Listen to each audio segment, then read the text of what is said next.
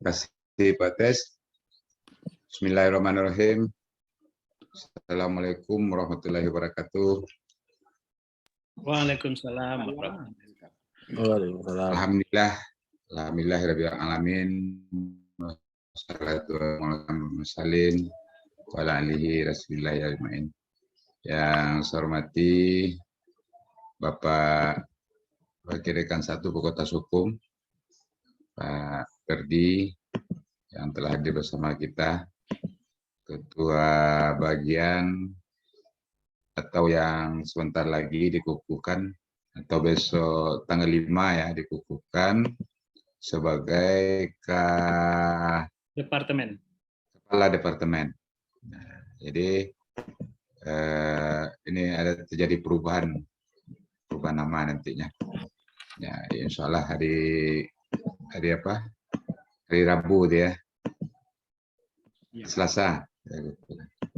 Yang saya hormati Ketua atau Kepala LPPM, Pak Tesli Meza bersama teman-teman yang sudah hadir, Bu Ok, ya, Pak Khair Anwar, kemudian Pak Prof. Hakam biasanya Bu Sos itu hadir, mudah-mudahan nanti bergabung sama kita.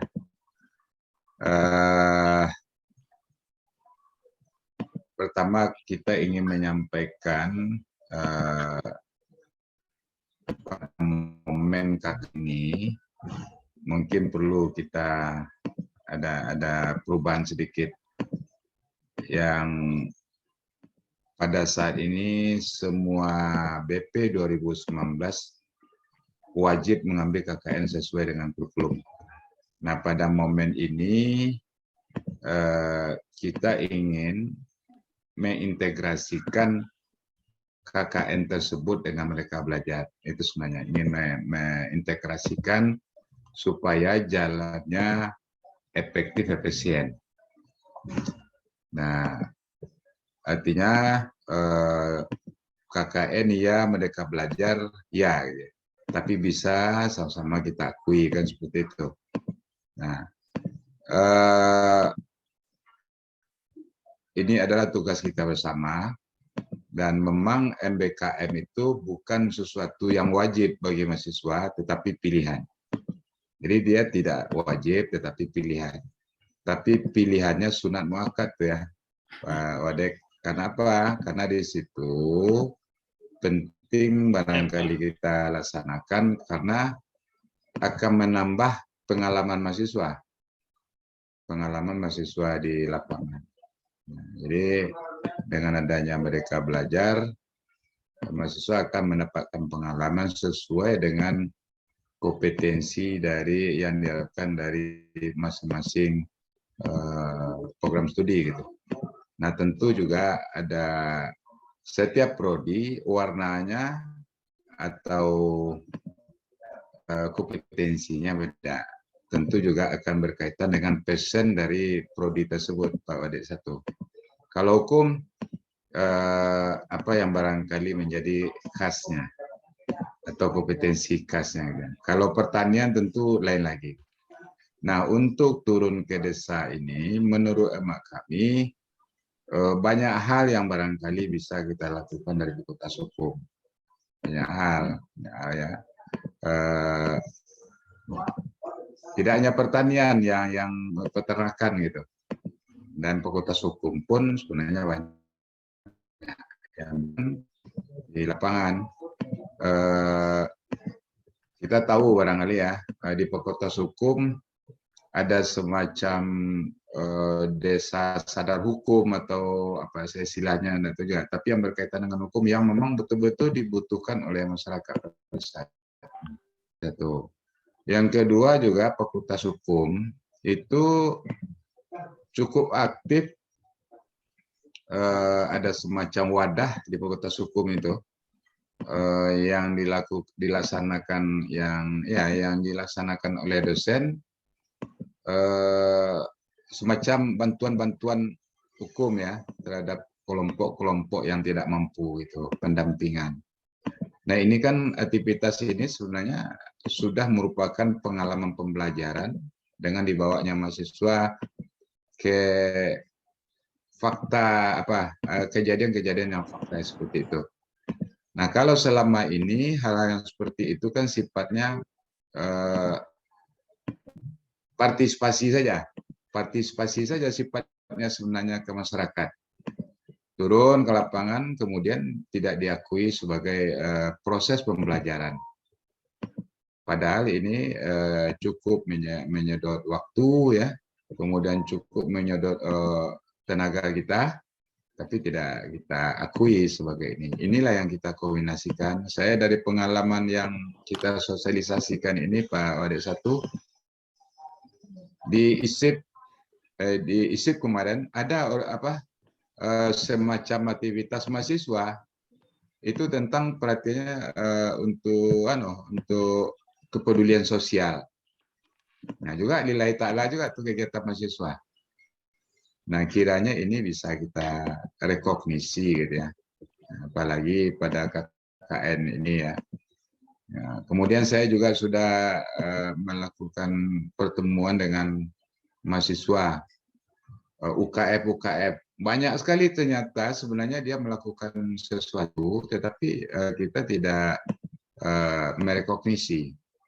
Nah, ini mungkin momen yang barangkali bisa kita kita integrasikan antara aktivitas yang ada di PTAS itu menjadi suatu yang menjadi kita akui menjadi ke dalam akademik, Pak. Nah, termasuk juga KKN ini, kenapa tidak kita coba untuk mengintegrasikan sehingga ketika turun ke lapangan, ya kita juga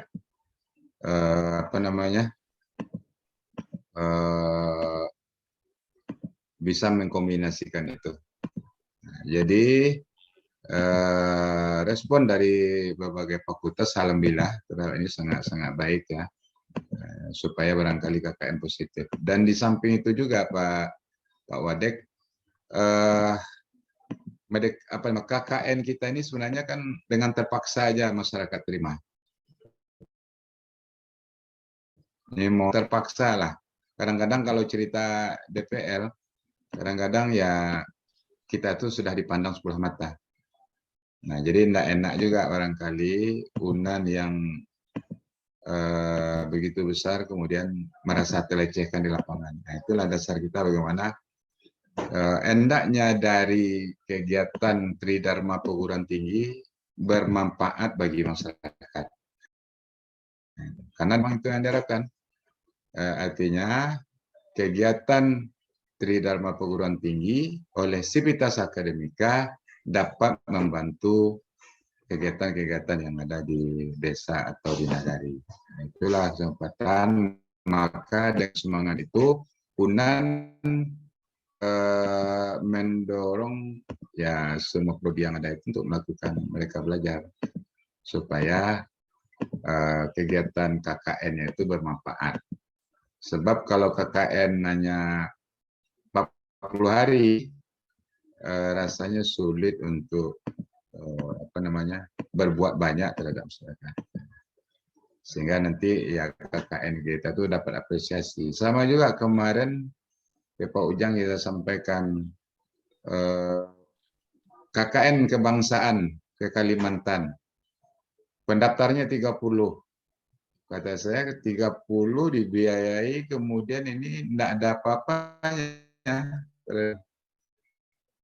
Mau diubah yang ini, mereka belajar tinggal di Kalimantan selama 4 atau 3 bulan. Sehingga jelas apa yang bisa dibantu situ. Alhamdulillah ada yang merespon ya. Alhamdulillah itu ada yang merespon. Nah, itu yang mungkin kita harapkan.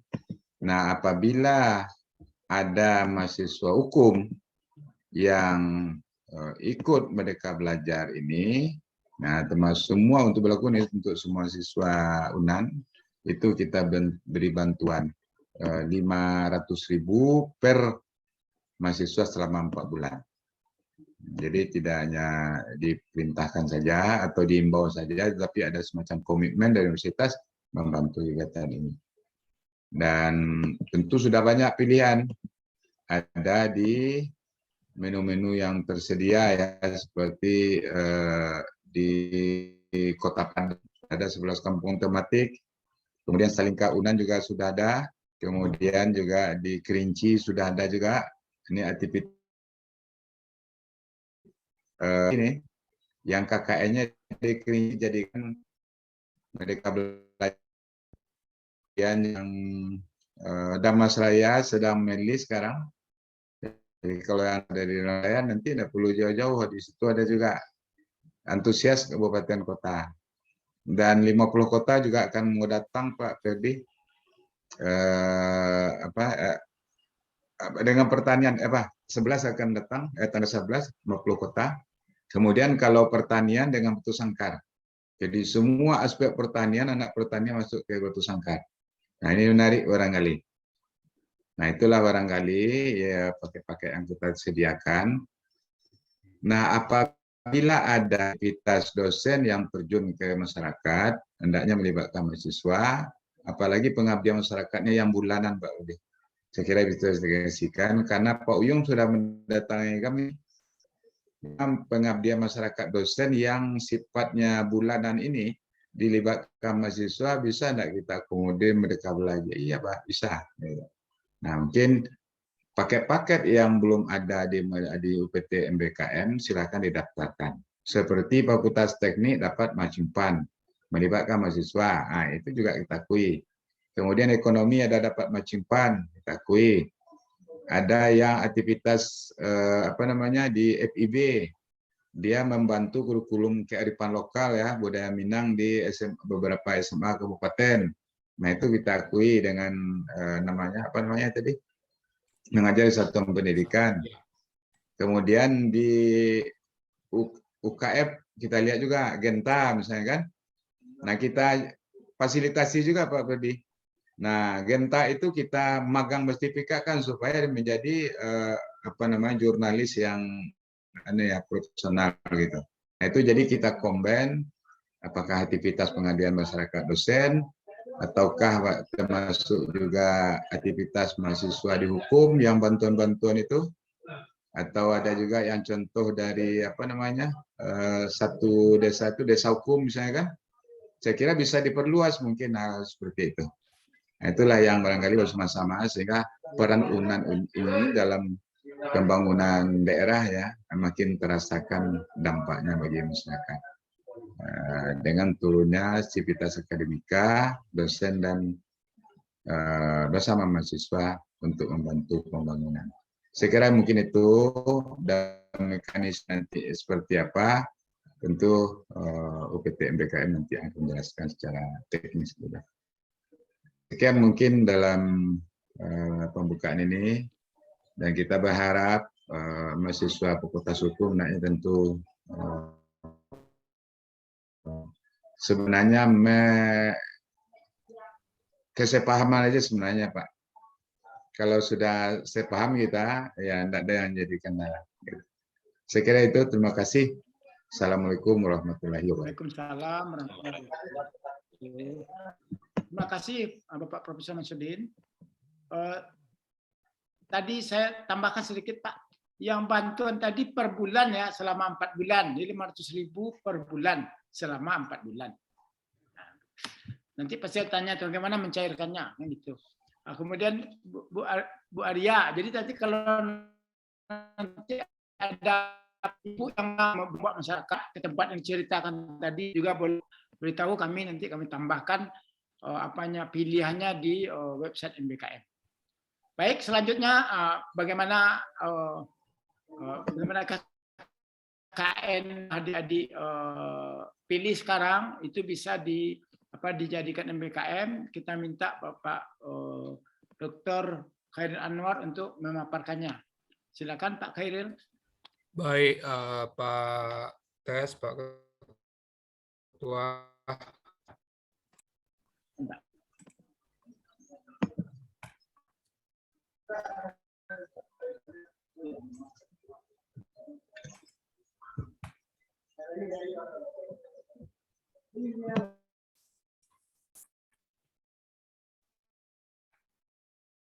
Bismillahirrahmanirrahim. Assalamualaikum warahmatullahi wabarakatuh. Bapak WR1 yang mati WD1, Pak Kepala Departemen, Bapak Pembantu Dekan yang lainnya, Bapak Ibu dosen Fakultas Fakultas Hukum yang sama-sama kita hormati. Seterusnya Pak Tesri, Ketua UPT MBKM, dan semua tim yang bergerak untuk menyelenggarakan MBKM, dan selanjutnya kepada adik-adik mahasiswa KKN yang kami banggakan. Ketua KKN juga hadir, Pak. Hadir ya? Oh, alhamdulillah.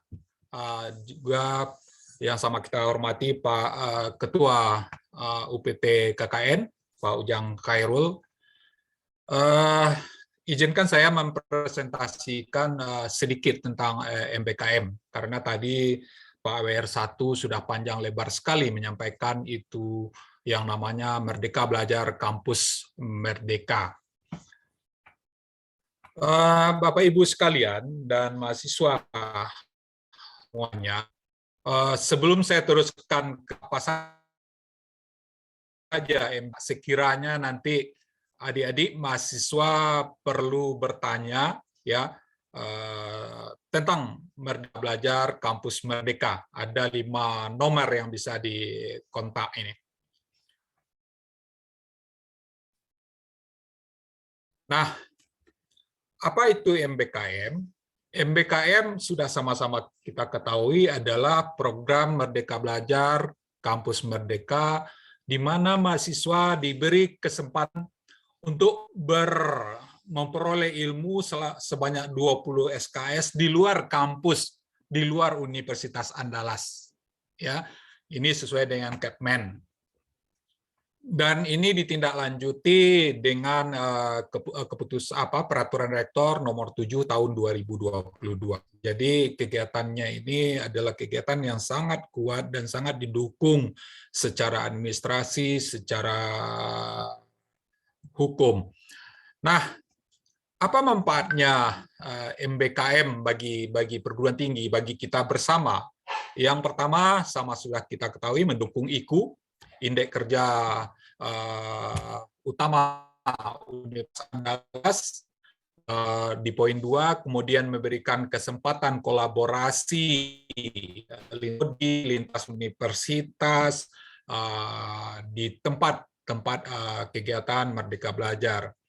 Kemudian memberikan ruang pengabdian, penerapan berbagai kajian dan kreativitas yang sudah dilakukan selama ini di perguruan tinggi.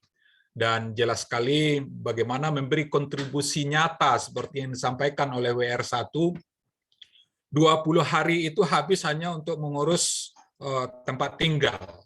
Lalu mahasiswa kembali kalau hanya KKN. Tetapi dengan MBKM ini betul-betul masyarakat merasakan aktivitas KKN, kegiatan MBKM di tempat mereka.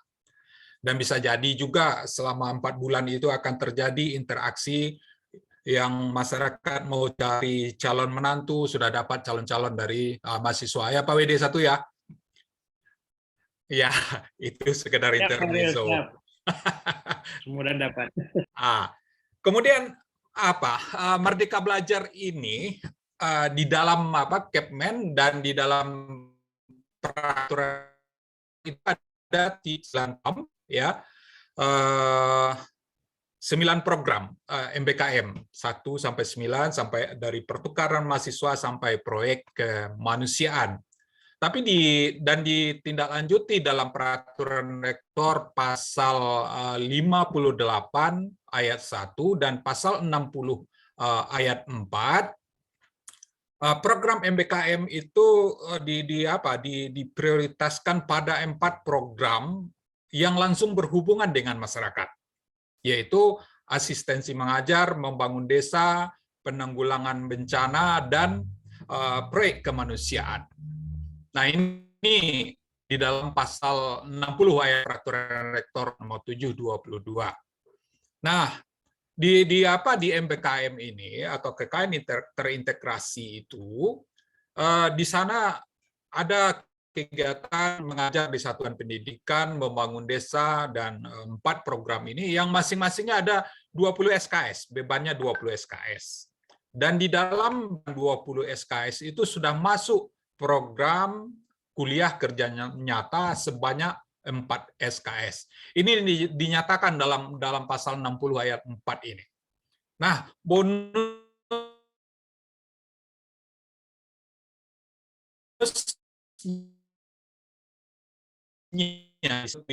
ya dengan memberikan support bonus bantuan transportasi atau bantuan kepada mahasiswa yang mengikuti program MBKM ini sebesar 500.000 per bulan selama 4 bulan seperti yang disampaikan oleh Pak WR dan Ketua UPT MBKM tadi.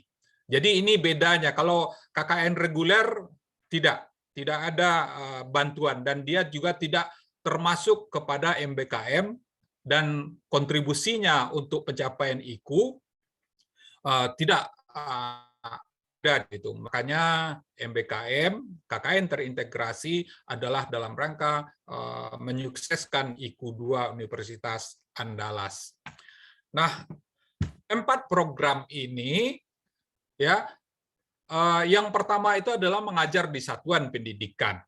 Mengajar di satuan pendidikan adalah sebuah aktivitas di mana mahasiswa memberikan dan berkontribusi sekaligus mendapatkan pengetahuan yang berdampak kepada penguatan pembelajaran literasi dan numerasi di sekolah.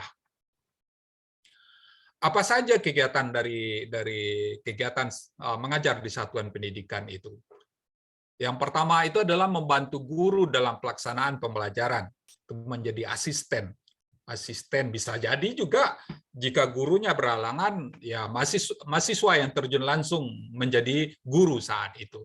Kemudian membantu berasi dalam bidang teknologi, kemudian mendampingi guru dalam hal pemenuhan administrasi sekolah, melakukan sosial pelajaran, kurikulum merdeka, model pembelajaran, profil Pancasila dan segala macamnya, kemudian menjadi duta edukasi perubahan perilaku, ya, mindset dalam pembelajaran. Apalagi 2 tahun terakhir kemarin dalam masa pandemi. Kemudian memberikan inspirasi mengenai kemajuan ilmu dan teknologi kepada sekolah, sekaligus menjadi motivasi untuk generasi muda untuk terus berjuang, bersemangat untuk melanjutkan pendidikan ke perguruan tinggi. Nah, satuan pendidikannya itu apa saja nanti? Terutama yang berada di daerah 3T, ya, tertidur terluar, dan guru dan tenaga administrasi. Dan jenis satuan pendidikannya itu ada yang formal dan non formal, ya. Kalau formal kita sudah sama ketahui, yang non formal ini banyak jenisnya yang kita ketahui di tengah masyarakat. Ada PKBM, paket A, B, C, kelompok belajar, dan pusat-pusat pelatihan. Nah, kegiatannya tadi sudah disampaikan, apa kegiatan asistensi mengajar. Nah, kemudian apa yang dicapai dari kegiatan ini? Ada mata kuliah, materi yang akan didapatkan oleh mahasiswa lebih kurang 6 materi. Ada media pembelajaran, desain pembelajaran, dan seterusnya sampai praktek lapangan dan penelitian pendidikan. Dan praktek lapangan ini diberikan beban 8 SKS, dan praktek lapangan ini sudah termasuk di sana kuliah kerja nyata 4 SKS. Capaiannya tentu ada sesuai dengan peraturan rektor. Silakan nanti adik-adik mahasiswa membaca capaian-capaian pembelajarannya yang terdapat di layanan akademik Universitas Andalas webnya. Silakan dilihat nanti di sana. Kemudian yang kedua, program MBKM itu adalah proyek kemanusiaan. Nah, ini proyek yang sangat hakiki ini, dan sangat berdekat dengan kawan-kawan dari mahasiswa Fakultas Hukum. bagaimana menumbuhkan kesadaran hukum, menumbuhkan kesadaran hak azazi, dan keberagaman, multikulturalisme, dan segala macamnya. Inilah tugas dari proyek kemanusiaan, menyadarkan, menumbuhkan, dan memberikan perubahan mindset terhadap masyarakat di lokasi ber-KKN. Apa saja ruang lingkup dari proyek kemanusiaan ini? Ya, sasaran utamanya itu disesuaikan dengan SDGs Desa yang merupakan program 2020 sampai 2024 yang mencakup bagaimana desa, nagari atau lokasi itu tanpa kemiskinan. Ya, mencakup bagaimana kebutuhan dasar dari masyarakat manusia itu terpenuhi, air dan sanitasi bersih, energi bersih dan terjangkau, sampai kepada persoalan perdamaian, keadilan, dan institusi yang kuat di lokasi MBKM itu. Dan tentu saja semuanya dilakukan dengan bermitra dengan pemerintah atau pelaku-pelaku yang ada di lokasi. Capaiannya seperti itu, silakan baca di web KKN, web MBKM melalui layanan akademik Universitas Andalas. Dan seterusnya adalah membangun desa, program yang ketiga dari MBKM. Ya, program di mana mahasiswa diberikan atau mendapatkan pembelajaran tentang hidup di tengah masyarakat, yang langsung bersama-sama masyarakat untuk mengidentifikasi, menganalisis, atau analisis SWOT terhadap desa atau nagari itu. Tentu saja tujuannya adalah mengembangkan potensi desa dan nagari setempat. Tentu manfaatnya bagi mahasiswa jelas dapat pengalaman, membuat, berkolaborasi, program-program bersama pemerintah nagari dan pemerintah desa. Kemudian juga manfaat bagi dosen jelas sekali, Dharma Bakti kita di Tridharma Perguruan Tinggi, dan tentu manfaat yang didapat di nagari yang menjadi sasaran utama akan merasakan sekali manfaat dari proyek membangun desa itu. Ruang lingkupnya seperti yang tadi itu, ya, pelaksanaan pembangunan nagari, pencegahan kekurangan gizi kronis, ini sekarang sedang tren gitu ya, masalah stunting, kemudian pengembangan produk-produk dan seterusnya sampai pengembangan produk unggulan desa atau nagari. Juga capaian pembelajarannya juga ada. Masing-masing program ini punya materi dan capaian pembelajarannya. Dan di dalamnya ada KKN yang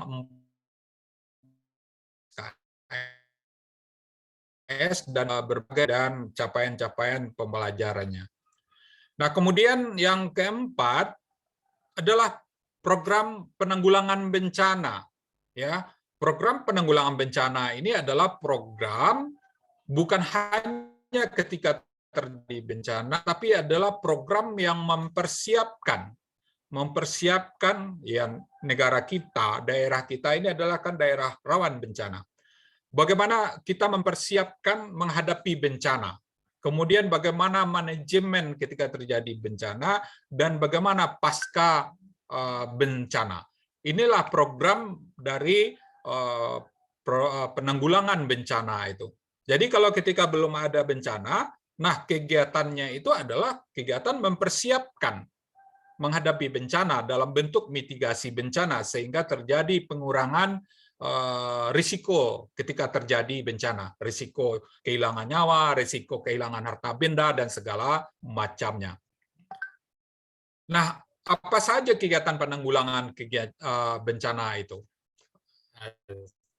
Seperti memanfaatkan teknologi dalam bencana, ya ini mengidentifikasi gejala-gejala dan segala macamnya tentang bencana, kemudian ekonomi kreatif yang berhubungan dengan bencana, darurat bencana, penyelamatan korban dan pembuatan rencana kebencanaan. Ini banyak kegiatan yang dapat dilakukan dalam program MBKM penanggulangan bencana. Juga ada di sini capaian-capaian pembelajaran yang dituntut dari program penanggulangan bencana ini. Semua ini bisa didapatkan, bisa dilihat di dalam web MBKM UNAN. Nah, terakhir, tentu dengan MBKM ini, selama ini UNAN dikenal dengan perintis KKN. Dan pada hari ini UNAN tertinggal dalam MBKM dibanding dengan perguruan tinggi yang lain.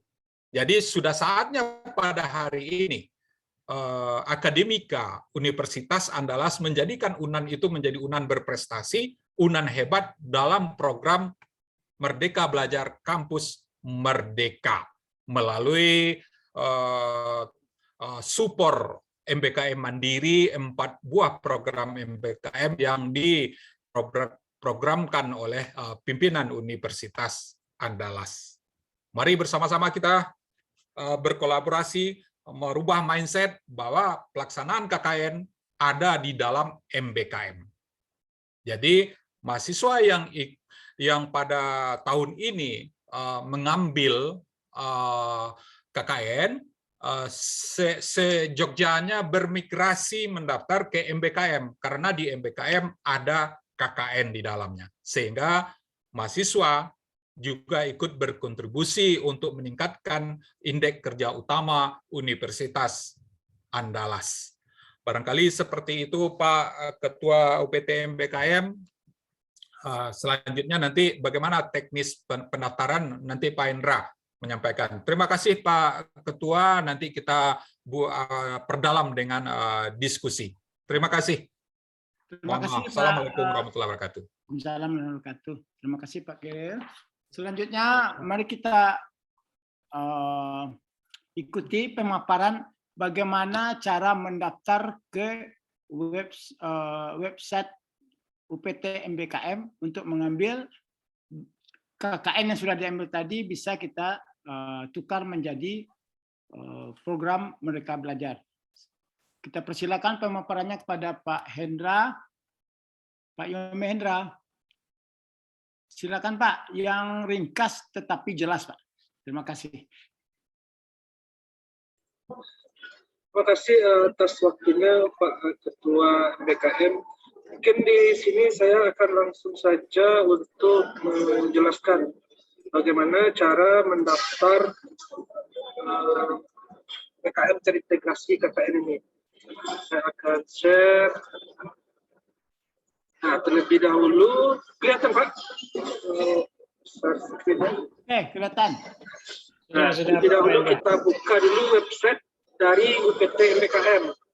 Nah, websitenya dengan link merdeka.akademik.unan.ac.id.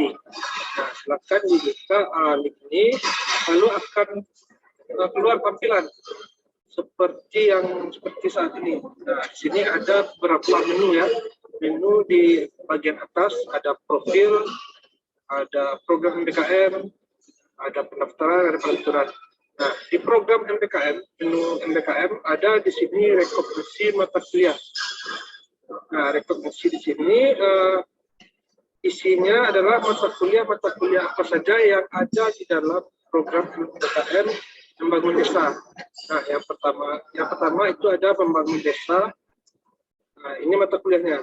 Ada 6 mata kuliah yang disediakan pada Membangun Desa, termasuk KKN di dalam Membangun Desa itu. Nah, begitu juga dengan proyek kemanusiaan, ada juga KKN. Nah, begitu juga dengan penanggulangan bencana dan asistensi mengajar. Nah, selanjutnya di menu peraturan. Nah, di menu peraturan kita bisa membaca capaian pembelajaran tiap-tiap program tadi ya. Dari penanggulangan bencana, membangun desa, asistensi mengajar, dan proyek kemanusiaan. Nah, silakan teman-teman mahasiswa membaca terlebih dahulu panduan dan peraturannya tentang MBKM terintegrasi KKN. Nah, selanjutnya kita coba untuk melakukan pendaftaran. untuk program MBKM terintegrasi KKN ini. Nah, di sini ada menu pendaftaran. Nah, silakan pilih menu submenu yang paling bawah, yaitu menu program MBKM terintegrasi KKN. Setelah kita klik, akan muncul di sini seperti tabel. Nah, ini adalah daftar kegiatan yang tersedia pada MBKM terintegrasi KKN. Di sini ada nama program, sisi pengajar misalnya, ada tempat kegiatannya di Kamang Mage, Kelurahan Kamang Ilir, lalu ada judul kegiatannya yang nanti disesuaikan. Atau kita ingin mencari di Kota Padang, kita searching saja di pencarian ini, Padang. Nah, yang berhubungan dengan Padang nanti akan keluar di tabel ini. Seperti ada programnya Kemanusiaan, Kecamatan Padang Selatan, Kelurahan Mata Air. Nah, ada juga judulnya. Nah, atau sesuai judul, kita maunya hukum. Kita ketik aja hukum di sini, nanti akan keluar judul yang berhubungan dengan hukum. Nah, seperti ini, membangun desa, kotanya ada di Padang, Padang Selatan, Mata Air, yang judulnya kapasitas hukum pengelolaan objek wisata. Nah, silakan teman-teman tentukan pilihannya. Jika setelah menentukan pilihan, silakan daftar di MBKM ini dengan cara klik tombol daftar di sini. Nanti akan muncul form yang harus kita isi. Pertama itu nama mahasiswa yang lengkap, ya, NIM, fakultas, program studi, dan pilihan program studinya, pilihan program MBKM-nya. Nah, di sini ada 4 yang terintegrasi KKN, asistensi mengajar, kemanusiaan, pembangunan desa, dan pengelolaan. Nah, silakan dipilih, nanti pilihan kotanya nanti akan disesuaikan yang tersedia sesuai program MBKM-nya. Sini kita kasih saja, nanti dia berubah di sini. Nah, silakan pilih dan isi semua form, HP dan email.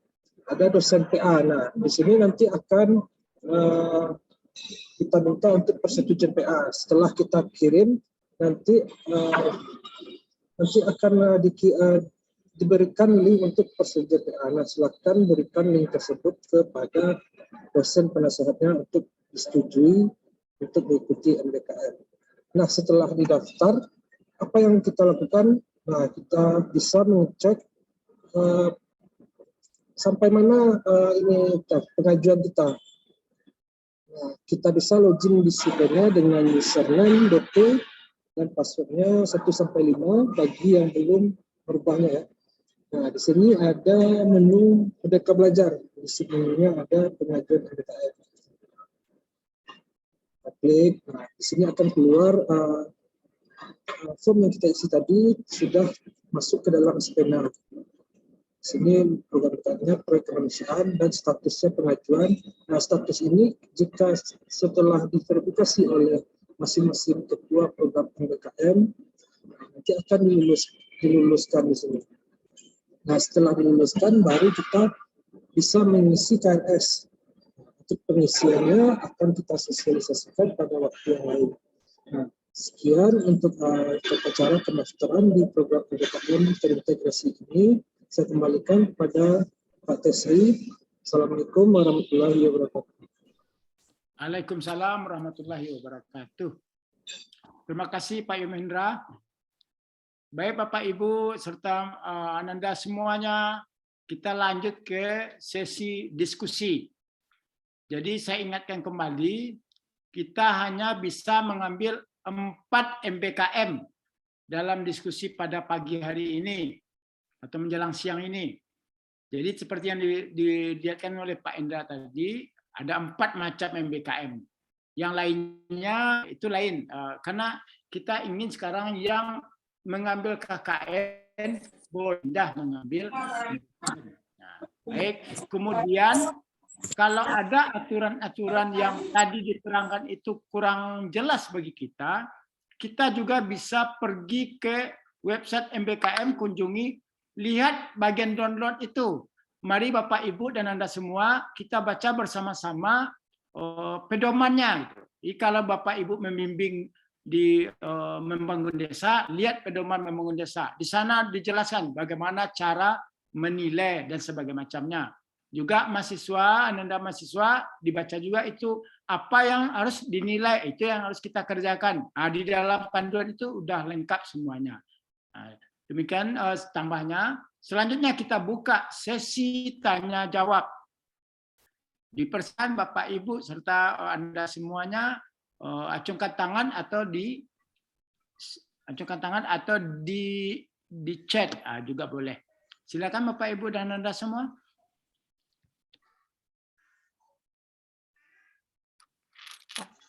Pertanyaan satu Pak Tesri. Assalamualaikum. Waalaikumsalam. Mas Dimas sebentar ya. Kita minta Ibu Nova dulu ya. Silakan Ibu Nova. Makasih Pak Tesri. Assalamualaikum warahmatullahi wabarakatuh. Waalaikumsalam warahmatullahi Wabarakatuh. Tadi saya sudah melihat ada empat bagian ya Pak ya, ada kampung desa, ada pembangun nagari, ada yang 4 tadi ya Pak ya. Jadi saya ini menyorotnya yang kampung membangun nagari atau desa. Ya. Jadi pernah pengalaman waktu kan ada waktu itu di Pasaman Barat, tempatnya di daerah Lingkuang Awah nagarinya. Jadi ada kerjasama dengan BKKBN. Apakah bisa nanti dibuatnya kampung KB gitu? Jadi bisa enggak kita mengusulkan juga ada kerjasama dengan instansi terkait, gitu, instansi yang lain. Misalnya membentuk, kalau dulu itu kan dia kasih juga dana Pak ke mahasiswa waktu itu, banyak dulu kasih 5 juta kalau enggak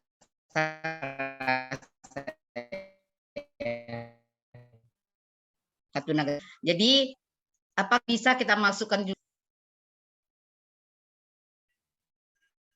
Nah, itu yang pertama Pak. Kemudian mungkin di samping tadi mungkin ada kampung KB waktu itu ya Pak ya. Untuk Fakultas Hukum bisa enggak kami juga bekerja sama ya, temanya memang itu juga bekerja sama dengan BNN misalnya untuk membentuk kampung atau pos narkotika. Mungkin nanti ada Bapak kita datangkan orang dari BNN itu, mungkin nanti ada buat posnya nanti mungkin di satu nagari dan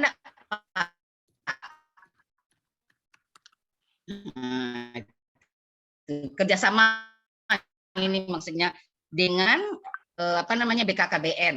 Nah, nanti ini yang baru nih mungkin dengan BNN membentuk karena narkotika ini kan sudah sangat sampai ke desa-desa. Kemarin kami pengabdian di desa daerah Payakumbuh, itu tepatnya di Sungai Talang, itu juga banyak kasus. Nah, jadi apakah bisa enggak Pak kita membuat kerjasama dengan instansi terkait? Itu mungkin pertanyaan saya. Kasih Pak. Assalamualaikum warahmatullahi wabarakatuh. Assalamualaikum warahmatullahi wabarakatuh. Kita kumpul dulu ya Pak Khairil, Bapak Ibu lainnya.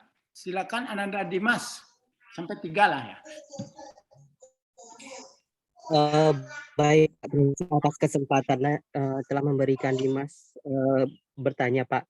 Jadi setelah mendengarkan penjabaran dan juga materi yang disampaikan oleh Bapak-Bapak tadi, nah di sini saya bertanya Pak, saya sebagai mahasiswa Fakultas Hukum. Jadi jika seandainya ada beberapa pertanyaan, yang pertama pertanyaannya yang akan dikonversikan itu kan nilainya jika mengambil KKN MBKM itu kan 20 SKS. Nah, dan sekarang kan masih ada Bapak Ferdi. Nah, Dimas mau bertanya Pak, jika seandainya kan 20 diakui. Nah, untuk KKN-nya itu kan 4 SKS dan 16 SKS itu kan lebih lagi. Nah, apakah itu bisa dikonversikan ke dalam nilai mata kuliah pilihan fakultas dan lain sebagainya. Terus yang kedua, di MBKM ini kan berjalan selama 4 bulan. Nah, sedangkan KKN reguler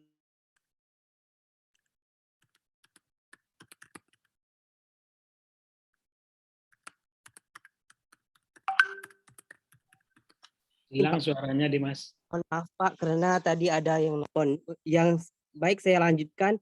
Tadi kan ada 4 bulan MBKM, kalau seandainya kuliah offline kami semester 7 itu bagaimana ya Pak? Karena KKN reguler kan hanya beberapa bulan saja, sedangkan kalau Nah, terus yang selanjutnya itu apakah MBKM ini sama KKN reguler itu dimulainya sama atau bagaimana gitu, Pak? Terima kasih, Pak. Halo, bisa dengar Bapak Ibu? Siapa? Terima kasih Dimas. Fokus di sini. Kita minta satu lagi. Enggak ada. Kita jawab dulu. Ya. Bisa Pak Tesbi? Arya. Arya, silakan. Baik. Terima kasih. Bismillahirrahmanirrahim. Assalamualaikum warahmatullahi wabarakatuh. Waalaikumsalam. Bapak Rektor, Pembantu Rektor, dan semua dari Bapak MB Panitia dari webinar MBKM. Sebenarnya saya cuma hanya juga meneruskan apa yang disampaikan oleh Saudara Dimas tadi sebagai seorang dosen, mungkin juga sebagai seorang PA, penasihat akademik, ya. Jadi kalau nanti mahasiswa saya bertanya kepada saya juga bisa harusnya menjelaskan kepada mereka dalam mereka merencanakan mata kuliah yang akan diprogram. Nah, kalau saya tidak tangkap, kan ada 20 SKS tuh kalau mahasiswa mengambil MBKM ini. Nah, bagaimana dengan mata kuliah lain yang masih wajib memenuhi pada SKS yang selama ini mereka sudah isi. Dan kalau itu ada mata kuliah wajib, PK umpamanya. Nah, apakah itu dengan jumlah SKS yang sudah ditentukan tidak melebihi kalau mereka tambah 20 SKS lagi, atau sama dengan pertanyaan Dimas tadi, bisa diganti begitu. Nah, kalau diganti apakah mahasiswa kita tidak kehilangan ilmu di mata kuliah studi pokok programnya dia? Nah, ini penegasan perlu. Mungkin apakah saya itu terlalu kurang mengerti atau bagaimana? Itu hitung-hitung kasar saja bagi saya bertanya seperti itu. Nah, terima kasih Pak. Terima kasih. Assalamualaikum warahmatullahi wabarakatuh. Assalamualaikum warahmatullahi wabarakatuh. Saya diskusi sebentar. Nomor 1 itu Pak Akam ada di sini. Pak Akam mau menjawab? Menjawab apa Pak Tes? Ini tentang narkotik ya. Saya ulang pertanyaannya. Ya, tentang narkotik. Betul, Ibu Nova, kalau beliau yang buat tentang narkotik segala macam, bagaimana BKM-nya itu gitu? Iya bisa Ibu Nova. Bisa tentang narkotik atau apa tadi tentang KB ya, membentuk desa keluarga berencana ya, desa apa nama itu? Maksudnya kerjasama, bisa nggak kita kerjasama dengan instansi terkait itu Pak? Karena tahun 2019 itu dibantu Pak mahasiswa ini. Iya. Membentuk kampung KB di daerah kampung KB Pak Tes. Jadi kerjasama kita dengan BKKBN. badan BKKBN sudah ada Pak Tes. Ya. Sudah. Pertanyaannya Masih bisa karena itu maksudnya bisa kan berlaku MPKM itu karena kan dulu kan KKN reguler gitu. Oh bisa, kalau berlaku tentu bisa Ibu. Ya bisa. Maksudnya nanti Ya. Kayaknya seperti narkotika itu kan belum pernah Pak. Mungkin kita kerjasama dengan BNNP, BNN luar atau BNN ya. Ya bisa Bu. Cuma bisa bekerja sama, tetapi kena ikuti prosedurnya. Kalau ada kerjasama kita dengan beliau, nanti tinggal menentukan Ibu ambil mahasiswanya itu ambil MBKM yang mana dari keempat itu. Saya yang narkotika itu bisa di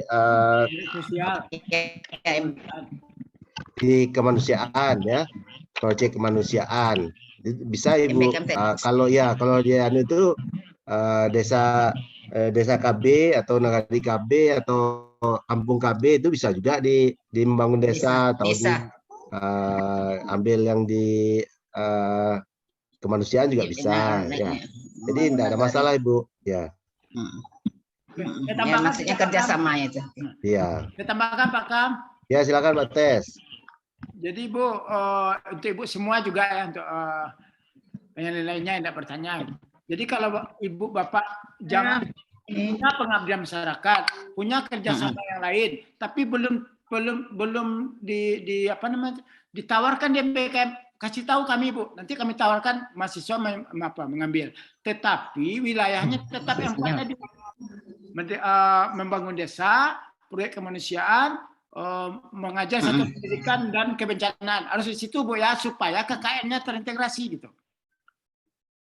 Iya. Ya. Kan tadi ada. Masih bisa Bu. Ya. Kalau Ibu ada kerjasama kasih tahu kami. Jadi nanti mahasiswanya Ibu suruh mengambil itu gitu.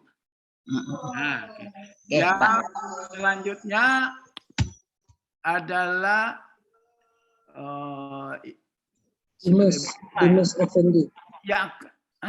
Dimas ya, yang akan dikonversi nilai mana 20 SKS mata kuliah yang lainnya. Yang 16 SKS. Nah, ini kalau seandainya ada mata kuliah wajib, kan sudah ngambil nih, KKN ini cuma 6. Ambil mata kuliah, kalau ada yang wajib juga ambil mata kuliah wajib tersebut, tetapi kepada Bapak Ibu yang mengajar, mohon sistemnya itu PBL, Program Based Learning. Jangan tatap muka atau pakai Zoom, itu tidak bisa. Jadi kalau PBL itu kan tinggal memberi tugas yang sudah terstruktur ya, jadi tidak memakan waktu gitu. Ya, mohon seperti itu Bapak dan Ibu. Kalau ada wajibnya. Kemudian yang lainnya itu tawarkan di website tadi, pilihlah yang sesuai dengan yang cocok dengan jenis MBKM-nya. Gitu. Jadi di pedoman nanti kita lihat tuh bahwa kalau mengambil pengabdian masyarakat, ini itemnya ada 21 item. Gitu. Di apa Bu ya di pedoman gitu. Nah, kalau di satu pendidikan juga ada seperti itu. Jadi nanti lihat di pedoman itu apa saja, sehingga nanti sampai dia 20 SKS. Begitu ya Dimas ya dan teman-teman lainnya. Kemudian ya, ada tangkap atau Pak Kiri? Saya lihat Pak Tes. Saya tidak ada Pak Tes. Baik, assalamualaikum warahmatullahi wabarakatuh. Salam. Pak WR1. Ini memang kami dari Fakultas Hukum berterima kasih nih Bapak Ibu karena hari ini ada 2 alasan sekaligus sebenarnya. Pertama, penjelasan kepada dosen-dosen kita yang hadir pada hari ini. Beliau-beliau ini juga di samping DPL KKN tahun ini, beliau juga adalah dosen yang akan mengajar kalau memang nanti mahasiswa jadi mengambil program MBKM terintegrasi ini. Jadi oleh sebab itu, saya sengaja mengundang Bapak-Bapak, Ibu-Ibu dosen ini pada hari ini supaya kita memiliki satu pandangan yang sama, begitu ya Pak Tes ya? Ya. Nah kemudian yang kedua terkait dengan program MBKM terintegrasi, tadi sudah kita sama-sama ketahui bahwa mahasiswa-mahasiswa kita ini memang mahasiswa-mahasiswa yang pintar-pintar. Rata-rata IPK mereka itu di atas 3,5. Nah, oleh sebab itu mereka banyak mengambil rata-rata itu 24 SKS. Nah, apa yang menjadi kekhawatiran mereka? Mereka mau ikut MBKM yang seperti yang kita tawarkan ini, tapi bagaimana dengan tambahan 4 SKS lagi yang menjadi hak mereka. Nah, dulu sempat dibicarakan ini dengan Pak WR1. Silakan saja ini nanti dipenuhi dengan tambahan mata kuliah yang kemudian caranya atau sistemnya seperti yang disampaikan Pak Tesri tadi. Apa sistemnya? Yaitu 20 SKS itu dihabiskan untuk di program program MBKM, sisanya nanti dengan tambahan yaitu dengan kuliah dengan dengan sistem yang lain. Tapi memang ini karena ini adalah pilihan oleh mahasiswa memang masih belum yakin betul dengan pilihannya untuk memilih MBKM. Mengapa begitu? Karena mereka merasa mata kuliah yang akan mereka pelajari di fakultas itu bagi mereka, terutama mata kuliah di program kekhususan atau yang kita sebut dengan PK, itulah yang menjadi pilihan mereka. Nah, saya menyarankan Pak Tesri dan Bapak Ibu semuanya, anak-anak kita, juga kepada mahasiswa-mahasiswa kami, saudara-saudara yang akan mengambil MBKM, saudara coba sesuaikan ya mata kuliah di program kekhususan saudara itu dengan pilihan MBKM-nya, sehingga dua-duanya dapat. Ya, seperti pertanyaan Bu Arya tadi, ya mereka sebetulnya senang untuk ambil MBKM, apalagi Pak WR1 sekarang membantu 500.000 per bulan. Ini kan suatu keuntungan bagi mahasiswa. Nah, tapi pilihannya adalah carilah MBKM yang sesuai dengan program kekhususan yang saudara pilih. Ya, jangan memilih MBKM yang di luar itu. Kalau di luar itu boleh-boleh saja, tapi ilmunya nanti tidak sesuai atau tidak pas. Nah, itu pilihan-pilihan yang kemudian membuat kita bisa saja melakukan MBKM dan saudara mendapat dua keuntungan sekaligus. Itu Bu Arya, sebagai PA nanti kita sarankan pada anak-anak kita yaitu memilih MBKM yang sesuai dengan pilihan mereka. Sebenarnya saya sedikit masuk. Sebenarnya ya inilah gunanya kewajiban semua dosen, terutama yang mereka menyandang PA. Lucu rasanya seorang dosen tidak tahu kalau nanti mahasiswanya bertanya. Padahal kenyataannya kita dosen ini acuh saja tentang MBKM atau apakah begitu. Nah, ini yang sangat kita risaukan ini. Sehingga kalau ditanya aja kepada seorang dosen apa itu MBKM, nggak tahu tuh. Gimana cara menerangkan sama apalagi sama mahasiswa, sama dosen, sama orang pun bertanya di luar? Saya ragu ini.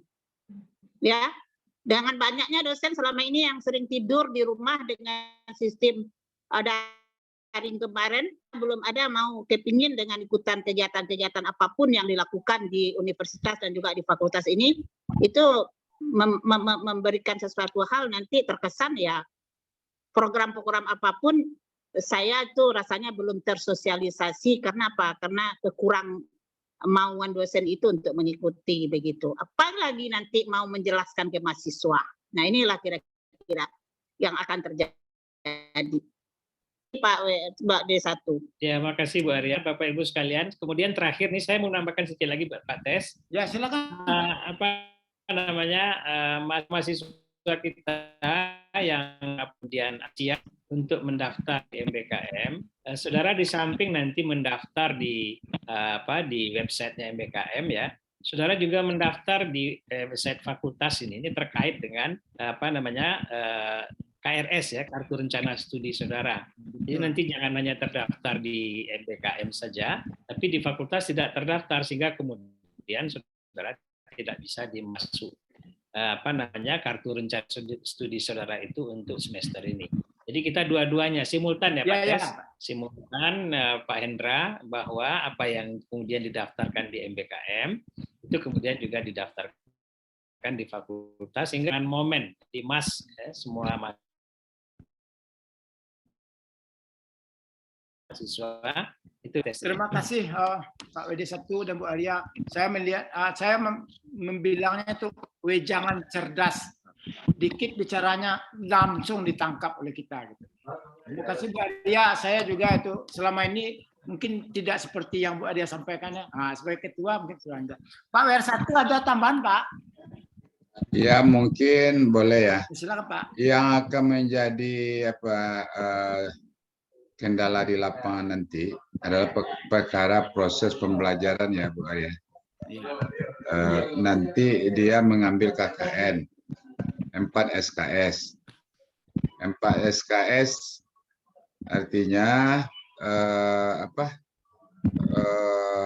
itu jelas ya, 20 kurang 4 SKS. Tinggal 16. Kan itu sebenarnya yang ditanya mahasiswa. Bagaimana kami masih ada kuliah kan itu dari batas. Iya, Pak. Nah, ini barangkali perlu tuntas pemahaman di sini sehingga tidak menimbulkan macam-macam persepsi. Nah, kuliah boleh enggak dilengkapi dengan kuliah? Memang itu harapannya. Jadi yang 20 SKS itu tidak mereka belajar sepenuhnya. Itu Pak WD1. Ya, betul, ya, betul, betul Pak. Nanti misalnya 20 SKS, 4 KKN, berarti tinggal 16. Masih ada enggak di kurikulum ilmu hukum, prodi ilmu hukum yang magang misalnya yang misalnya magangnya 40 hari juga kan?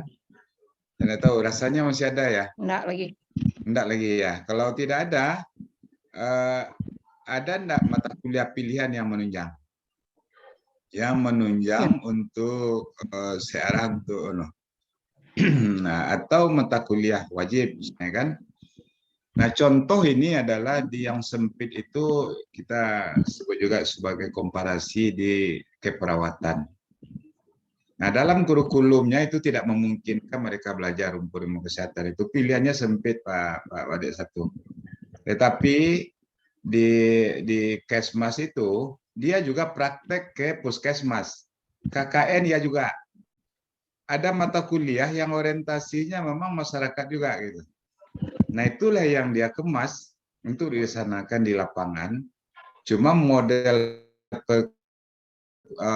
perkuliahannya tidak perlu tatap muka di ruang kelas. Itu saja bedanya. Tidak full tatap muka, maka dia laksanakan model pembelajarannya dengan project based dan case based.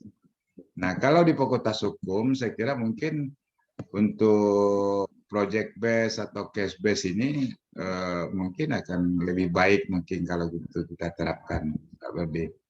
Artinya yang project base, case base itu kan diberikan teori dasar-dasar, kemudian kita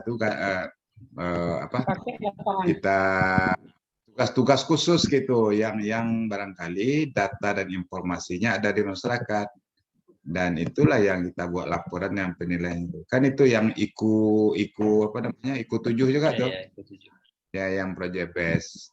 Nah, mungkin ke situ metodenya yang perlu modifikasi, yang tidak tutor di depan kelas full gitu ya. Konsep dasar tetap kita berikan, tetapi tidak full 14 kali di pertemuan dengan tutor itu. Nah, tapi ada tugas, mulai data, informasi, dibuat laporannya.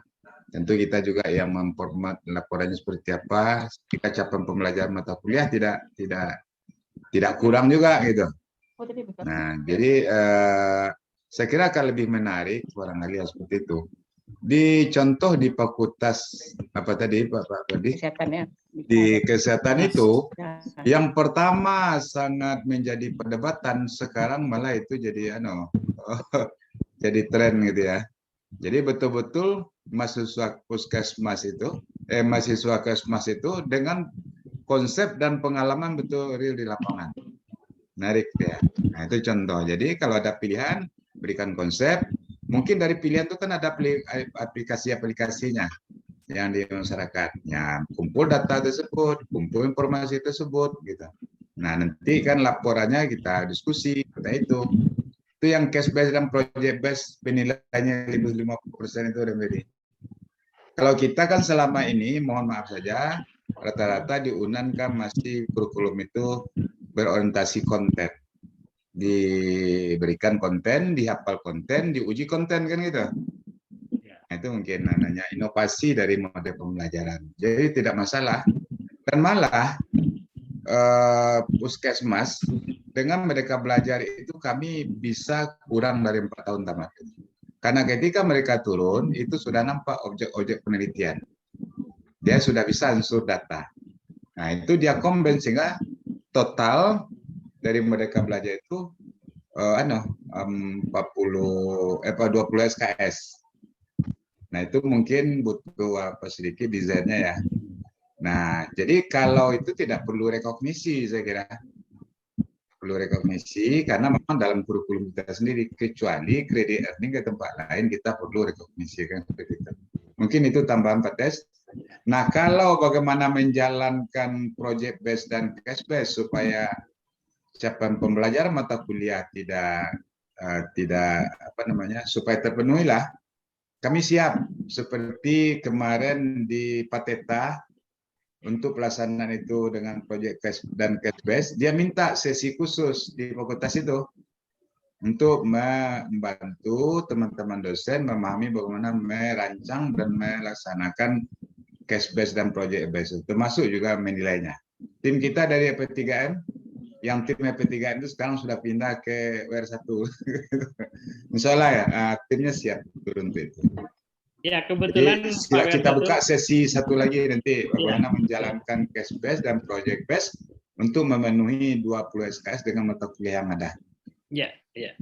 Kebetulan kita baru saja itu melaksanakan apa namanya orientasi cash based method dan teman-teman sudah mulai memahami juga dan sudah mulai memasukkan ke dalam RPS masing-masing Pak Wiarto. Ya, alhamdulillah. Cocok nih, Mantap, cocok ya. mantap. Makasih Pak. Ya. Ya, ada Prof Yulia juga tuh Prof. Ya, Prof. Sehat Prof. Ya. Masih di mood, Bu. Prof Yulia di mute tuh. Oh iya. baru tarik. Sehat, alhamdulillah. Nah, memang ada juga yang ingin ditanyakan sedikit Pak Desri, ini boleh ya? Boleh. Program PMBK ini ya, yang 20 SKS tadi ada, kalau mata kuliahnya itu pilihan dan wajib juga bisa kena ya. Kemarin itu kalau tidak salah ada mahasiswa saya yang ambil program ini karena katanya dapat biaya ya tadi, kalau saya tidak salah dia dapat biaya 500 per bulan ya. Dia itu mengajar di SD gitu kan, hubungan dengan fakultas hukumnya kok nggak nyambung gitu loh. Apakah itu kemasyarakatan kita masukkan atau kemana gitu kan? Karena sebagusnya walaupun kita mengadakan satu program ini, tapi ada juga korelasinya dengan fakultas. Karena dia fakultas hukum basicnya kan. Kalau dia cuma mengajar apa yang diajar di situ, matematik tambah katanya. Nah, tambah kurang kan itu kalau bagaimanapun kalau menurut saya linearnya itu kurang mix lah ya. Tapi bagaimanapun karena ini program kita ya sudah dimasukkan dalam suatu program yang kita untuk mempercepat mahasiswa belajar itu. Nah, bagaimana kalau tidak salah tadi Pak Ferdi telah memberikan suatu pencerahan kepada kita ya, mencoba mensinergikan ya antara kurikulum fakultas baik yang kurikulum wajib maupun kurikulum tambahan itu, mau PK wajib atau PK tambahan itu kita linearkan dengan KKN ya, sehingga mahasiswa-mahasiswa kita ini untuk masuk KKN itu juga tidak terhalang lah untuk mempercepat proses pembelajarannya kan begitu. Nah, menarik sebenarnya program ini, tapi kalau misalnya dalam program yang kita katakan sekarang ini KKN-nya itu reguler, kalau dia memilih KKN reguler itu tapi bersamaan dengan program ini, dan mereka bagaimana bisa membagi waktunya? Katanya program ini 4 bulan tadi kalau tidak salah ya, program KKN 4 bulan, program PMBK ini berapa lama nih, 1 semester kan, 20 SKS. Izin sebentar Prof, yang ini ya. dulu mengenai KKN dengan mereka belajar ini, KKN-nya terintegrasi di dalam mereka belajar, jadi tidak perlu tambahan waktu. Oh gitu. Ya, jadi dalam peraturan yang ada di kita di UNAN sekarang itu sudah masuk. Jadi artinya mahasiswa yang melaksanakan mereka belajar membangun desa, proyek kemanusiaan, mengajar di satu pendidikan dan kebencanaan, KKN-nya direkognisi. Oh, berarti Fakultas Hukum lebih sosialnya kebencanaan dan kemasyarakatan ya. Proyek membangun desa. Kan ada tema yang ke-21 Pak Ferdi. Pemberdayaan hukum di desa dan nagari. Ya, Prof. Ya, mungkin lebih oriented ke situ ya. Ya. Jadi kalau mengajar sebenarnya enggak pesannya Fakultas Hukum. Iya, itu kita perlu mungkin mengarahkan mahasiswa kecuali matematik. Atau FIB bisa mengajarkan bahasa Indonesia, bahasa Inggris. Tari ya kan, atau tari, itu ya. Jadi mungkin baiknya supaya mendukung capaian pembelajaran atau kompetensi lulusan hukum, lebih baik mungkin sesuai dengan pesannya yang saling menunjang. Oh iya. Ya. Jadi memang hak mahasiswa, jadi memang hak mahasiswa ya, ini ada mahasiswa di sini, tapi tentu tidak kebablasan hak mahasiswa. Iya. Kalau enggak ilmu hukumnya tergerus nanti, tidak mendukung kompetensi. Kita sudah dibuat juga di dalam peraturan kita, mahasiswa bebas haknya untuk menggunakan merdeka belajar, tapi mendukung kompetensi lulusan masing-masing. Iya. Misalnya itu yang perlu kita saling pahami dengan mahasiswa ya. Oh, hak kami, jangan hak kami. Tapi berartilah memperkuat pengalaman kerja. Harusnya kan pengalaman mahasiswa hukum di lapangan sebenarnya. Dengan bidangnya gitu. Gitu Prof. Ilya. Iya, itu yang terjadi. Terima kasih ya. Jadi kan kami sebagai DPL lah ceritanya, sebagai dosen lah kan bisa, atau sebagai PA lah kan bisa mengarahkan pilihan yang tepat. Tidak hanya menuruti kehendak mahasiswa yang bersangkutan kan itu. Sehingga interintegrasi yang kita harapkan bisa membawa pengembangan yang bagus ke Andalas kan begitu Pak. Ya betul Prof. Ya. Oke. Ya, terima kasih Pak. Terima kasih Pak WR1, Pak WD1, Ibu Yulia. Iya. Bertanya Bu. Terima kasih Prof. Yulia. Ya. Untung bertanya Bu. Jadi Merdeka Belajar, kampus Merdeka, mahasiswa boleh memilihnya bebas, tapi kita bisa pula menahannya, mengarahkan ke yang benar Bu. Nah, iya betul Pak Tesri. Kemudian juga terima kasih Pak Tesri. Ya. Terima kasih Bu. Kemudian turun ke lapangannya, ada yang bertanya nanti mungkin bersamaan dengan KKN. Ya, bersamaan. Kemudian apakah full day? Ya, kita yang mengambil MBKM itu selama 4 bulan mungkin di lapangan ya.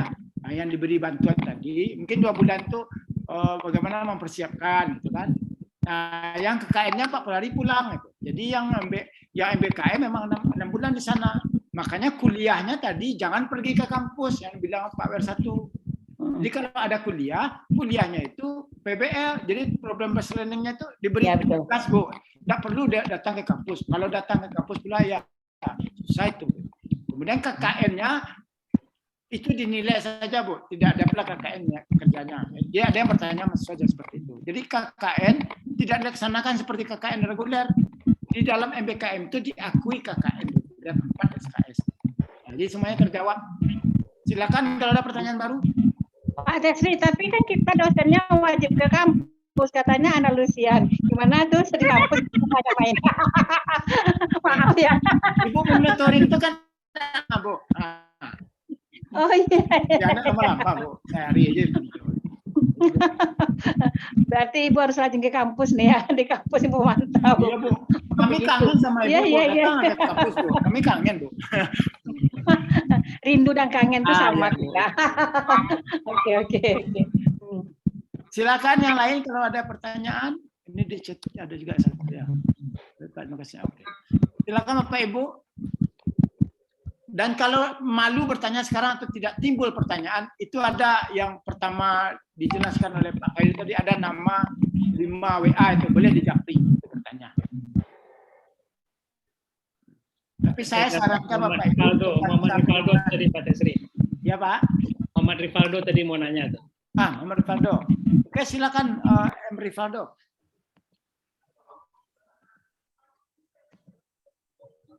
Baik, terima kasih sebelumnya Pak. Perkenalkan saya Muhammad Rivaldo.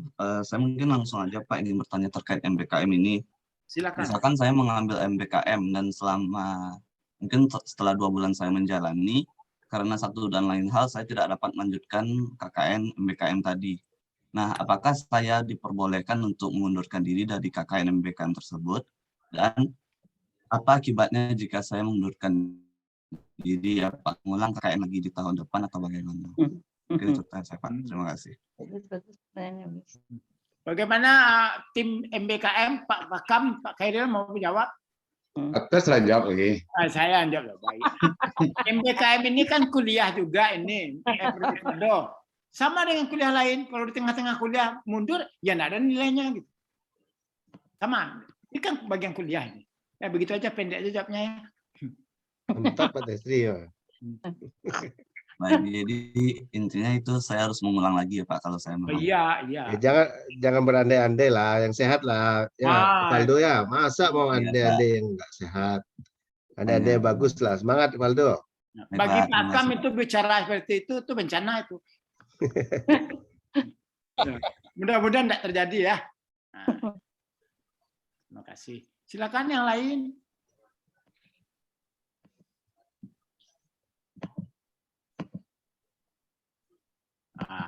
Sepertinya kalau main sedakui kok anjing tanda nak dolai. Iya. Sigus. Sudah dicari. Izin Pak WR1, Pak WD1. Sepertinya tidak muncul lagi pertanyaan. Bagaimana, bolehkah kita akhiri? Ya, karena tadi sudah ada jalan keluarnya. Mahasiswa coba juga buka website MBKM kita itu ya. Lihat Dibuka, itu jangan dibuka aja, dipelajari dan dibaca. Sehingga nanti waktu dalam pelaksanaannya tidak timbul kebingungan. Walaupun nanti timbul kebingungan, nanti kan WA bapak-bapak di MBKM ini kan sudah dicatat itu. Bisa bertanya langsung gitu. Ya Pak Tesri ya? Ya. Ya, makasih. Saya izin satu Pak Wadek. Ya silakan Prof. Di Fakultas Hukum itu ada semacam aktivitas atau wadah kelompok dosen ya, yang memang membantu masyarakat yang tidak kuat secara ekonomi, sehingga ada kasus-kasus dia mendampingi itu kan, pembelaan pembelaan hukum apa istilahnya? Kita punya lembaga namanya LKBH Pak WR1. Ya, LKBH itu kan konsultasi dan bantuan hukum, dan mereka biasanya juga membawa mahasiswa-mahasiswa kita untuk pertama bisa melakukan sidang di pengadilan, atau mungkin mereka juga menganalisis kasus-kasus yang muncul atau putusan-putusan hakim yang muncul yang diputus di pengadilan. Kemudian mereka juga bisa melakukan apa yang Pak Mansur katakan tadi, membantu masyarakat kita yang bermasalah dengan hukum. Nah, di situ mereka diberi dengan bimbingan dosen, itu diberi kegiatan untuk melakukan bagaimana memecahkan persoalan-persoalan hukum yang timbul dalam masyarakat. Dan saya kira itu juga bagian dari MBKM Pak Mansur ya. Nah itu yang barangkali kami ingin tegaskan. Jadi banyak aktivitas di fakultas sebenarnya ini bagian dari pengabdian masyarakat bagi dosen. Tapi kita coba diskusi dengan beberapa person yang tiba situ, ya enggak ada. Di administratif kan sebagai pengabdian masyarakat. Mestinya itu dirangkul kan, harapan kami itu dirangkul sehingga nanti dosen sudah mendapat rekognisi di situ. Nah, mahasiswa yang dilibatkan juga sudah koneksi menjadi KKN atau pengabdi atau mereka belajar gitu ya. Mungkin sehingga waktu dan tenaga yang dihabiskan ke lapangan itu bisa kita akui dalam kurikulum. Itu maksud kita. Ya, juga banyak yang menarik. Saya juga diskusi dengan dengan aktivis mahasiswa.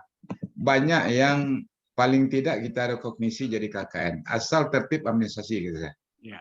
Dia sudah peduli ke Mentawai, membangun turun. Berapa turun? Ya sebulan, ada yang 2 bulan Pak. Nah itu sebenarnya yang kita coba rangkul. Jadi kan tidak perlu lagi sebenarnya KKN. Kalian sudah berbuat itu. Cuma perlu tertib administrasi, melapor, ada pembimbing, ada segala macam gitu saya. Dan itu sangat disambut baik oleh mahasiswa. Sehingga Anda melakukan aktivitas kemahasiswaan, nah bisa diakui di dalam akademik kan itu. Jadi banyaklah kemarin, saya kira ini kalau kita sama-sama saling mengintegrasikan, banyak efisiensi waktu dalam proses pendidikan ini Pak Ferdi. Dan mungkin kita dorong teman-teman yang membantu itu tercatat dalam administrasi Pak. Betul Pak. Jadi saja tambahan kita mudah-mudahan itu yaitu terkait dengan mahasiswa kita mengikuti berbagai macam lomba. Mereka itu memang membutuhkan waktu yang luar biasa untuk latihan. Misalnya ada moot court competition ya, yaitu kompetisi yang berkegiatan untuk lomba yang lama persiapannya itu ya bisa lebih dari 6 bulan malah.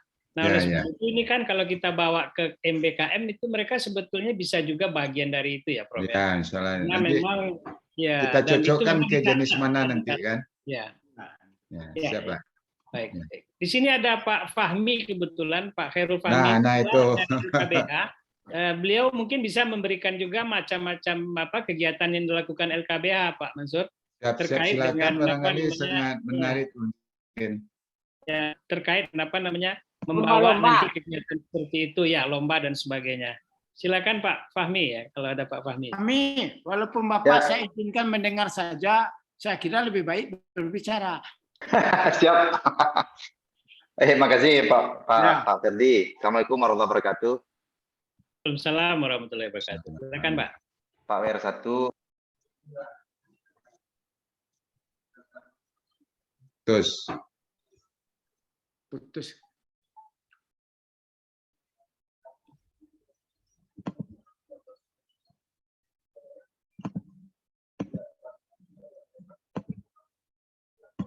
Keduanya. Kok seni loh kok. Putih, nyambung, putih nyambung. Pak Fahmi di LKBH itu Pak Ferdi. Ya, Ketua LKBH itu Pak Najmi, Pak Mansur.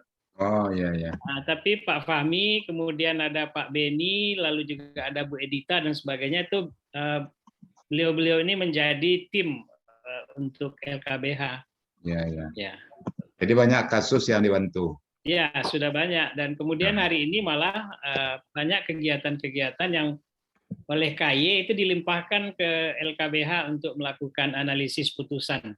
Alhamdulillah. Luar biasa. Bu Arya itu masuk juga di dalamnya ya, putusan-putusan LKBH hakim itu dianalisis ini sesuai enggak dengan norma hukumnya, sesuai enggak dengan teori-teori dan sebagainya. Nah, ini Pak Fahmi sudah bisa mulai? Izin Pak. Ya, Maaf Pak, silakan. bisa dengar Pak? Ya, dua sekarang pakai. Ayo. Yang tadi itu baulahnya Pak, balai banyak lo kayaknya Pak. Mohon izin Pak, saya off kamera.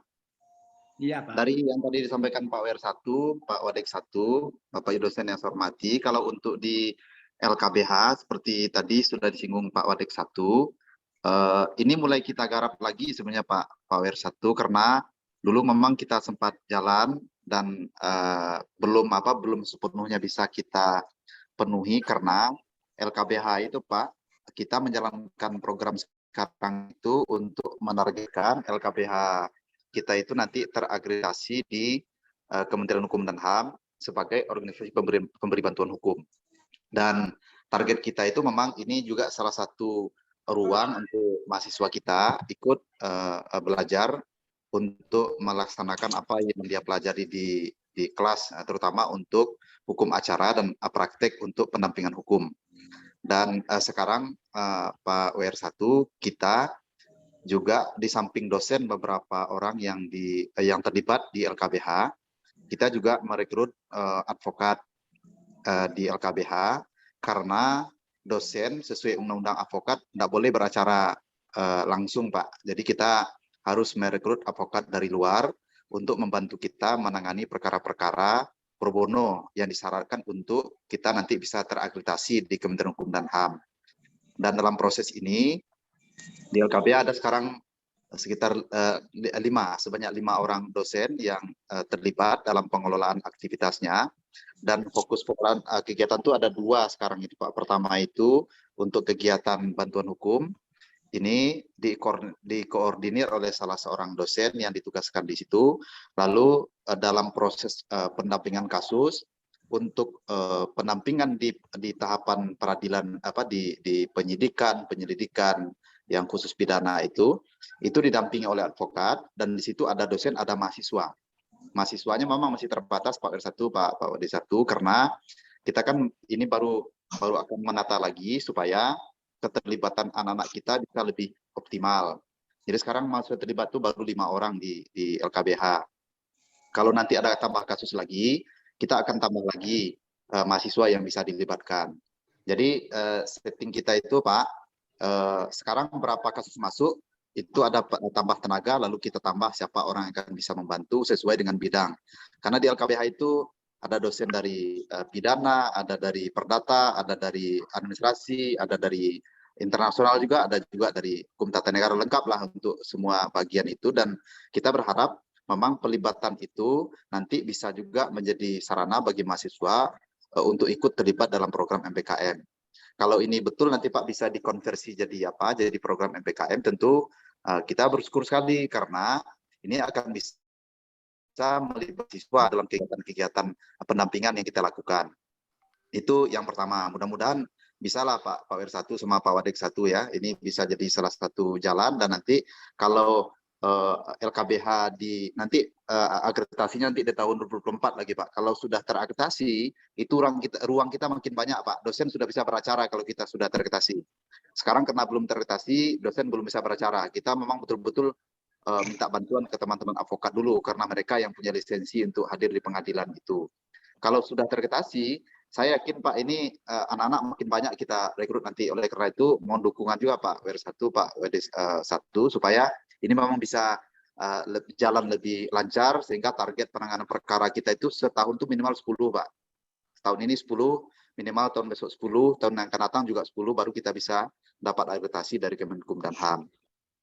Dan yang kedua, program kita baru program kerjasama. Selain yang tadi ya, ini program kerjasama, tadi Pak WD 1 sudah jelaskan kerjasama dengan KY. Kalau analisis putusan itu ada dosen-dosen yang terlibat langsung, dan yang dikelola LKBH, khusus LKBH, itu adalah kerjasama dalam rangka klinik etik. Nah, dulu Bapak Ibu, undang-undang peradilan umum, undang-undang peradilan agama, TUN, itu kan membuka satu celah ya, bahwa seleksi hakim itu dilakukan tidak mengikuti mekanisme seleksi pegawai negeri sipil, karena hakim itulah jabatan. Nah, pada waktu itu kita sebetulnya diajak kerjasama oleh KY untuk melaksanakan program klinik etik ini untuk mempersiapkan calon-calon hakim. Tapi dalam perjalanan norma itu dibatalkan. Nah, sehingga program klinik etik kita hari ini tidak lagi diorientasikan untuk menyiapkan calon hakim, tapi lebih mempersiapkan mahasiswa-mahasiswa untuk yang memang nanti berminat untuk jadi hakim itu dari sedini awal mereka paham dengan etika profesi. Kemudian juga ada beberapa tema-tema yang ditentukan oleh KY dalam proses klinik etik yang kita lakukan ini. Apakah ini bisa dilakukan dikonversi juga menjadi salah satu bagian dari MBKM? Saya kira mungkin Pak, karena gambaran kegiatannya adalah kegiatannya itu lebih kurang berjalan 3-4 bulan Pak. Di situ ada program teorinya kita ajarkan, misalkan kalau soal etika ini rumusan-rumusannya, ini pemahamannya. Lalu nanti mahasiswa itu juga diberi tugas untuk melaksanakan merancang kegiatan-kegiatan kreatif untuk kampanye-kampanye tertentu berkenaan dengan penegakan etika. Kemudian juga terakhir itu kita isunya adalah contempt of court ya. Contempt of court itu mahasiswa juga didorong untuk Pak bikin program-program kreatif di kegiatan klinik etik itu. Jika ini bisa Pak, kita bisa rekrut mahasiswa itu dengan cara seleksi terbuka. Itu yang kita kelola itu sekitar 40-50 orang per satu kegiatan setiap tahunnya Pak. Kalau ini bisa, mungkin konversinya berapa SKS segala macamnya, mungkin ini yang kami secara lebih detail nggak paham ya. Yang penting kegiatan ini jalan, dan anak-anak Pak Wer 1 saya informasikan juga ya, itu rata-rata yang ikut lulus seleksi hakim itu Pak, itu banyak di antara anak-anak kita yang ikut program ini. Bahkan dulu yang pertama dulu Pak, itu 2/3 dari mereka ikut program klinik etik itu lulus Pak seleksi hakim.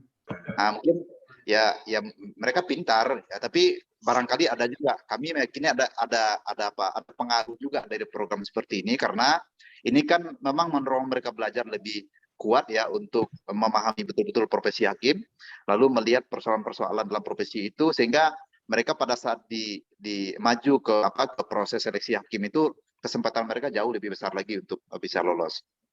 Itu dua Pak WD 1 program yang hari ini dijalankan oleh LKBH yang juga mahasiswa memang baru secara terbatas Pak. Terima kasih. Assalamualaikum warahmatullahi wabarakatuh. Salam luar biasa Pak Fahmi. Pak Fahmi. Ini Merdeka Belajar ini semangatnya sebenarnya kita kan kurikulum lebih banyak konten selama ini. Mengapa memahami ya, sebenarnya kan ada konsep kurikulum dalam Merdeka Belajar itu eksperimental learning itu Pak Fahmi. Pengalaman belajar dengan kondisi. Nah, itu sebenarnya yang dibutuhkan di dalam BKM itu. Nah, sehingga dengan dasar teori yang didapat di kampus, kemudian dia langsung cari pengalaman di lapangan. Itulah unggulnya yang mereka belajar itu. Yang dulu barangkali kita resistensi, semua perguruan tinggi akhirnya menyadari dengan ada pembaruan-pembaruan ini. Jadi kurikulumnya tidak kaku. Insya Allah itu Mas Mi, mungkin dengan mungkin hal-hal teknis saja mungkin yang perlu kita samakan nanti pelaksanaannya. Ya Pak, oke Pak. Misalnya nanti kita siap juga membantu ya. Hanya mungkin terkait dengan metodenya saja nanti yang perlu kita cocokkan. Untuk mencapai learning outcome, metodenya yang kita sesuaikan. Itunya. Baik Bapak Mi. Alhamdulillah luar biasa ya Ibu Ketua Sukum. Ya. Ya, terima kasih Pak Mansur. Tinggal lapor ke Pak Ferdi Pak untuk teknis demonstrasi Pak. Ya. Mantap. Insyaallah. Attitude, mantap. Terima kasih Bapak Ibu, Pak Fahmi. Kita tidak terbayang siapa yang ambil BKM, nanti wawancara mencari kerja, Anda mengambil BKM, yes, kan itu harusnya. Dan ambil kan itu. Mudah-mudahanlah ada tertangkap oleh anak-anak kita betapa pentingnya ikut MBKM pada saat sekarang ini, sehingga nanti pada akhirnya memajukan alumni UNAN juga ya. Nah, kalau kita banyak mengisi ruang-ruang pekerjaan di negara ini, tentu lebih baik juga nama UNAN ke atas. Terima kasih sekali Bapak dan Ibu. Saya ulang Pak WR1, boleh minta izin untuk mengakhiri?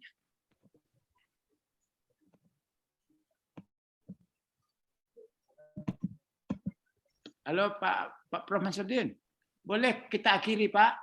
Boleh. Ya, saya izin Pak Wadek. Pak WR1 saya izin Pak Wadek ke Pak Wadek. Balik Den. Ya.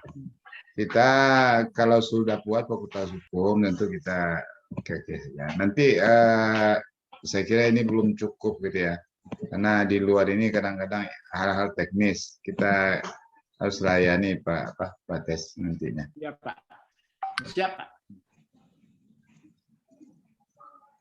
Oke Pak. Saya silakan Pak WD1 menutup. Ya, terima kasih Pak Tesri. Assalamualaikum warahmatullahi wabarakatuh. Alhamdulillah, ini dapat perintah dari Pak WR1 untuk menutup.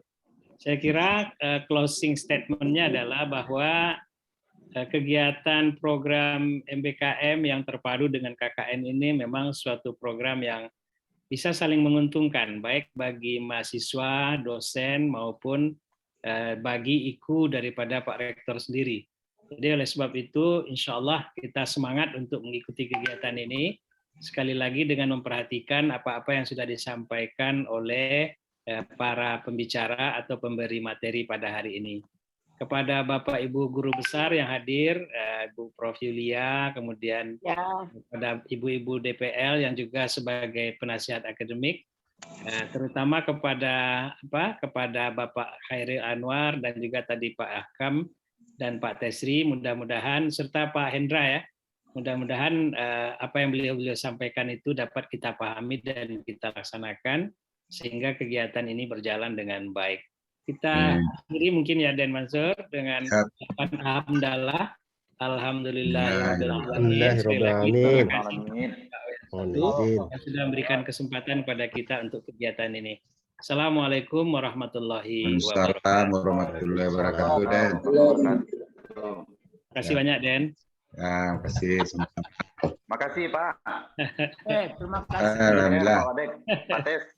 Sampai ketemu, dibuatkan SK Bapak Ibu sebagai pemimpin. Ya. Pak Tes di mana Pak Tes? Di kantor. Di kantor. Ya. Pak Kam. Ya. Alamu nak subuh. Iya. Apa Pak Fahmi kok pai-pai sih? Ada PKI itu siko-siko Pak.